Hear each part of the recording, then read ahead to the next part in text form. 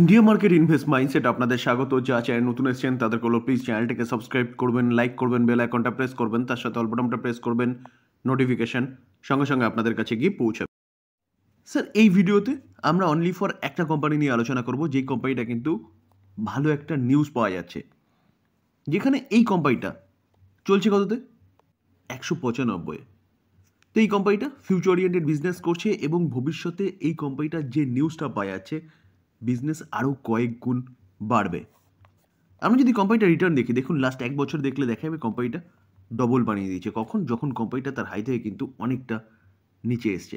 কারণ আমরা দেখেছি যে রিনিউয়েবল সেক্টরের প্রতিটা কটা কোম্পানি কিন্তু হাই থেকে অনেকটা নিচে ট্রেড করছে। এই কোম্পানিটাও কিন্তু রিনিউয়েবল সেক্টরেরই কোম্পানি। এই কোম্পানিটাও প্রায় 21% মতন ডাউনে রয়েছে। আমরা যদি কোম্পানিটা লাস্ট 5 বছরে দেখলে দেখতে পারবো কোম্পানিটা 2207% রিটার্ন দিয়েছে। ব্যাপক একটা রিটার্ন জেনারেট করে দিয়েছে লাস্ট 5 বছরে। যদি বলেন কারণ রিনিউয়েবল সেক্টরের প্রতি কটা কোম্পানি কিন্তু এরকম ভালো রিটার্ন জেনারেট করে দিয়েছে, কারণ গভর্নমেন্ট এই সেক্টরকে নিয়ে কাজ করছে। অর্থাৎ গভর্নমেন্ট লক্ষ্যমাত্রা রেখেছে 2030-এর মধ্যে 500 গিগাওয়াট, 2050-এর মধ্যে 50%, 2070-এর মধ্যে 100% পাওয়ার জেনারেশন করার। কোথা থেকে? রিনিউয়েবল সেক্টর থেকে। তো এই কোম্পানিটা রিনিউয়েবল সেক্টরের কোম্পানি। এই কোম্পানিটার নাম কি? আইনক্স উইন্ড, অর্থাৎ উইন্ড এনার্জি নিয়ে কিন্তু এই কোম্পানিটা কাজ করে এবং খুব ভালো কাজ করছিল বলেই কোম্পানিটা কিন্তু এতটা ভালো রিটার্ন জেনারেট করে দিয়েছে। যেখানে এই কোম্পানিটা উইন্ড এনার্জি নিয়ে কাজ করে, তো উইন্ড এনার্জি নিয়ে তো কাজ করছেই, তার পাশাপাশি কিন্তু এই কোম্পানিটা তার বিজনেসকে আরও বাড়ানোর চেষ্টা করছে। তো চলুন দেখে নিই যে নিউজটা নিয়ে আমি আলোচনা করতে চলেছি সেই নিউজটা কী। স্যার, এই আর্টিকেল দেখলে দেখা যাবে wind energy stock with capex plan for solar cell manufacturing to keep on our radar. যেখানে এই কোম্পানিটা ক্যাপেক্স করতে চলেছে কিসের জন্য? সোলার সেল ম্যানুফ্যাকচারিংয়ের জন্য। যেখানে সোলার এনার্জির জন্য এইটা তো অবশ্যই দরকার, সোলার সেল। তো আমাদের দেশে ম্যানুফ্যাকচারিং ফ্যাসিলিটি খুব কম এবং আমাদের দেশের চাহিদা পূরণ করার জন্য চায়নার ওপর আমরা ডিপেন্ডেন্ট, যেখানে চায়না থেকে কিন্তু কন্টিনিউয়াসলি আসছে। তো এই কোম্পানিটা কী করতে চাইছে? যে এই কোম্পানিটা এই সেগমেন্টে এন্ট্রি করতে চাইছে। উইন্ড এনার্জির একটা কোম্পানি, যে কোম্পানিটা সোলার সেল ম্যানুফ্যাকচারিং করতে চলেছে চাহিদার কথা মাথায় রেখে। মানে স্যার, বুঝতে পারছেন তো? যেখানে আমরা দেখতে পাচ্ছি যে বড় বড় কোম্পানিগুলো এখন কিন্তু রিনিউয়েবল সেক্টরে ঝুঁকছে। যেখানে রিলায়েন্সকে দেখেছি যে রিলায়েন্সও কিন্তু ব্যাপক একটা ক্যাপেক্স করতে চলেছে রিনিউয়েবল সেক্টরে। তো এই কোম্পানিটাও কিন্তু সোলার এনার্জি সেগমেন্টে এখন এন্ট্রি করতে চলেছে। যেখানে এই কোম্পানিটা বলছে যে সোলার সেল যে ম্যানুফ্যাকচারিংয়ের যে ক্যাপাসিটি তারা তৈরি করতে চলেছে, সেখানে বলছে সিগনিফিক্যান্ট গ্রোথ রয়েছে। যেখানে ভারত নিজে আত্মনির্ভর হতে চাইছে, গভর্নমেন্টও কিন্তু সেই নাড়াই দিয়েছে। কিসের জন্য? সোলার প্রোডাকশনের জন্য। যেখানে আমরা যেটা একটু আগে বলছিলাম, ডিপেন্ডেন্সি কার ওপর রয়েছে? চায়নার ওপর রয়েছে। সেই ডিপেন্ডেন্সি চায়নার থেকে কিন্তু রিডিউসিং করার জন্য গভর্নমেন্ট পলিসি নিয়েছে। এই কোম্পানিটাও কাজ শুরু করেছে এই সেগমেন্টে। যেই সেগমেন্টে কোম্পানিটা নামতে চলেছে সেইখানে কি বলছে? যে the group will launch solar Inox Solar a vertically integrated solar manufacturing and service venture. যেখানে বলা হচ্ছে কত? যে by FY27 Inox Solar aim to achieve কত? 4.8 gigawatt module production capacity and 2.4 TOPCon cell manufacturing capability. তাহলে বুঝতে পারছেন তো কোম্পানিটা কীরকমভাবে এগ্রেসিভলি কাজ করছে। স্যার, এতক্ষণ যে আলোচনা করছিলাম, কোম্পানি তার বিজনেসটাকে আরেকটা দিক দিচ্ছে, বা বলতে পারেন যে বিজনেসটাকে এক্সপ্যান্ড করার আরেকটা দিকে কিন্তু কোম্পানিটা এগোতে চলেছে। তো কোম্পানিটার পুরনো কী কাজ করে চলুন সেটা একটু দেখে নিই। অর্থাৎ কোম্পানিটার মেন কী কাজ করে? Inox Wind Limited manufacturing wind turbine generator and provide service such as wind resource assessment, site acquisition, infrastructural development, erection and commissioning, a long term operation and maintenance of wind power project. অর্থাৎ wind power প্রজেক্টের সব রকম কাজ কিন্তু এই কোম্পানিটা করে। যেখানে তার জন্য আমরা দেখলাম কোম্পানিটা 5 বছরে এতটা ভালো রিটার্ন জেনারেট করে দিয়েছে। স্যার, কোম্পানিটার বিজনেস সম্বন্ধে বোঝা গেল যে কোম্পানিটা বিজনেস কী করেছে। তো আমরা একটু দেখে নিই অ্যাটলিস্ট লাস্ট 5 বছরে কোম্পানিটা কীরকম পারফরমেন্স দেখিয়েছে। আমরা যদি কোম্পানিটার রিজার্ভ দেখি, দেখলে দেখা যাবে দেখুন 1764 কারোর মতন রিজার্ভ রয়েছে। আমরা যদি লং টার্ম বোরিং দেখি, অনলি ফর 6 কারোর মতন বোরিং রয়েছে লং টার্ম বোরিং, যেখানে লং টার্ম বোরিং কিন্তু কোম্পানি কন্টিনিউয়াসলি কমাচ্ছে। শর্ট টার্ম বোরিং দেখলে দেখা যাবে শর্ট টার্ম বোরিং অনেকটা রয়েছে 2545 কারোর। দেখুন এই যে শর্ট টার্ম নামটা রাখা হয়েছে না, এইটা 1 বছরের মধ্যে শর্ট আউট করে বলেই শর্ট টার্ম নামটা রাখা আছে। তো শর্ট টার্ম বোরিং নিয়ে অতটা ভাবার কিছু নেই, মেন হচ্ছে লং টার্ম বোরিং, যেখানে কোম্পানি কিন্তু কন্টিনিউয়াসলি তার লং টার্ম বোরিংটাকে কমাচ্ছে। আমরা যদি ক্যাশ অ্যান্ড ক্যাশ ইকুইভ্যালেন্ট দেখি, দেখলে দেখতে পারবো যে কোম্পানির কাছে কত 38 কারোর মতন ক্যাশও রয়েছে। তো স্যার ব্যালেন্স শিট যেটা দেখলাম না, সেটা মোটামুটি ঠিকঠাক আছে বলতে পারেন।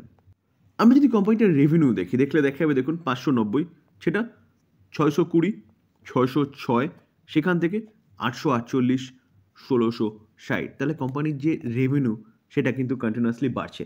তাহলে বলতে পারেন যে কোম্পানি বিজনেস ভালো করছে, এই রেভিনিউ আরও বাড়বে। কারণ কারণ গভর্নমেন্ট যেভাবে কাজ করছে সেভাবে কিন্তু কোম্পানিগুলো এগ্রেসিভলি কাজ করছে। তো বিজনেস বাড়বে, কারণ লক্ষ্যমাত্রা যেটা রেখেছে গভর্নমেন্ট, সেই লক্ষ্যমাত্রায় পৌঁছতে গেলে এই কোম্পানিগুলোকে কাজ করতেই হবে। কোম্পানির সব ঠিকঠাক আছে, কিন্তু কোম্পানির স্যার একটা প্রবলেম আছে। প্রবলেমটা কি? প্রবলেমটা হচ্ছে কোম্পানি প্রফিটেবল কোম্পানি না। দেখুন স্যার, যতগুলো আমরা ফিউচার ওরিয়েন্টেড বিজনেস দেখছি না, এখন কি করছে? মার্কেটটাকে ক্যাপচার করার চেষ্টা করছে।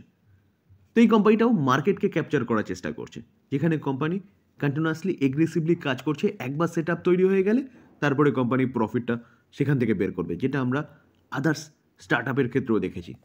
তো এখন এখন হচ্ছে সব কোম্পানি দৌড়চ্ছে মার্কেটকে কে কত ক্যাপচার করতে পারে, তো তার দিকেই কিন্তু কোম্পানিগুলো জোর দিচ্ছে, না প্রফিটের দিকে। তবুও দেখলে দেখা যাবে কোম্পানি আগে যা লসে ছিল, অর্থাৎ -273, সেখান থেকে -315, কিন্তু এবার -230 লস কিন্তু অনেকটাই ন্যারো করেছে। যেখানে আমরা দেখলে দেখতে পারবো যে অপারেটিং প্রফিট তো নয়, অপারেটিং লস, সেখানে কিন্তু লস অনলি ফর 15 কারোর ছিল 2024-এ। তো স্যার সেটা কি হয়েছে? কমেছে, অনেকটা কমেছে। শুধু একটা এক্সেপশনাল আইটেমের জন্য কিন্তু সেই লসটা 230-এ গিয়ে দাঁড়িয়েছে। তার পাশাপাশি স্যার আমরা যদি ডিসেম্বর 2023 থেকে দেখি, তাহলে দেখলে দেখতে পারবো যে ডিসেম্বর 2023, অর্থাৎ 1 বছর আগে, কোম্পানিটা প্রফিটের স্বাদ পেয়েছে অনলি ফর 2 কারোর, অর্থাৎ 2023-এর Q3 রেজাল্ট থেকে। তারপরে সেটা 37, সেটা 50, 50টা 90 এসছে। তো স্যার 1 বছর আগে, অর্থাৎ সেপ্টেম্বর কোয়ার্টার 2023-এ দেখলে দেখা যাবে নেগেটিভ ছিল 27, তার আগে নেগেটিভ ছিল, কন্টিনিউয়াসলি কিন্তু নেগেটিভ ছিল। সেখান থেকে কোম্পানি লসটাকে ন্যারো করেছে, যেটা একটু আগে বলছিলাম।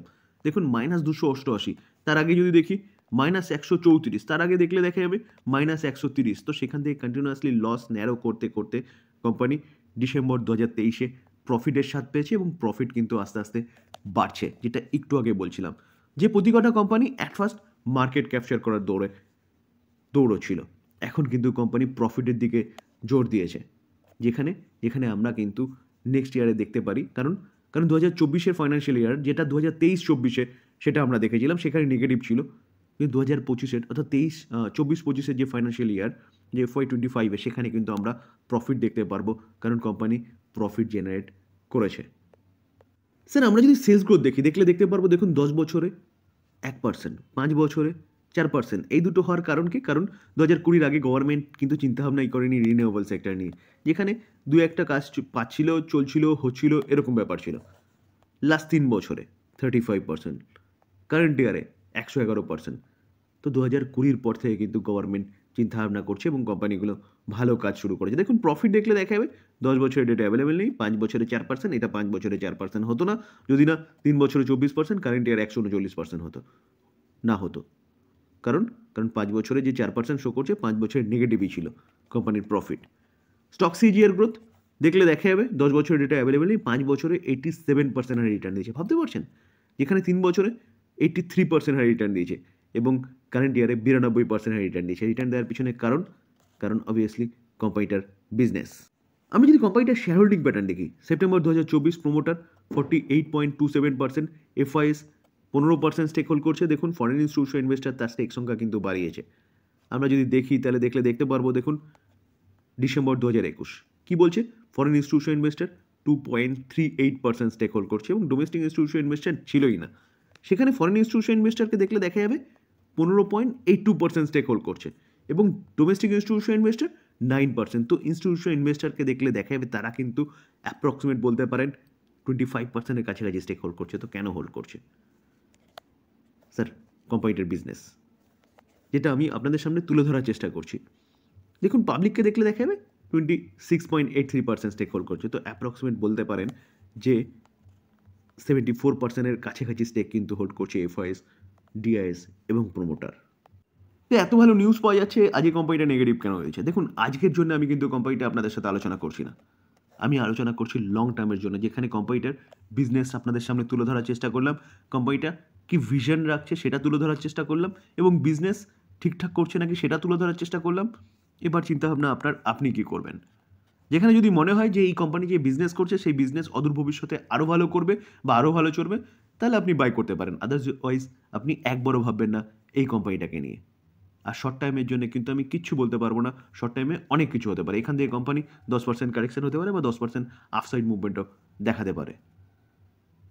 আলোচনা এই পর্যন্তই। যদি আলোচনা ভালো লাগে, যারা চ্যানেল নতুন এসেছেন তাদের প্লিজ চ্যানেলটাকে সাবস্ক্রাইব করবেন, লাইক করবেন, বেল আইকনটা প্রেস করবেন। তার সাথে ডিসক্লেমার দিয়ে রাখি স্যার, কোনো বাই রেকমেন্ডেশন নয়। বাই করবেন, ফার্দার নিজে অ্যানালাইসিস করবেন, তারপরে বাই করবেন। থ্যাংক ইউ, ভালো থাকবেন।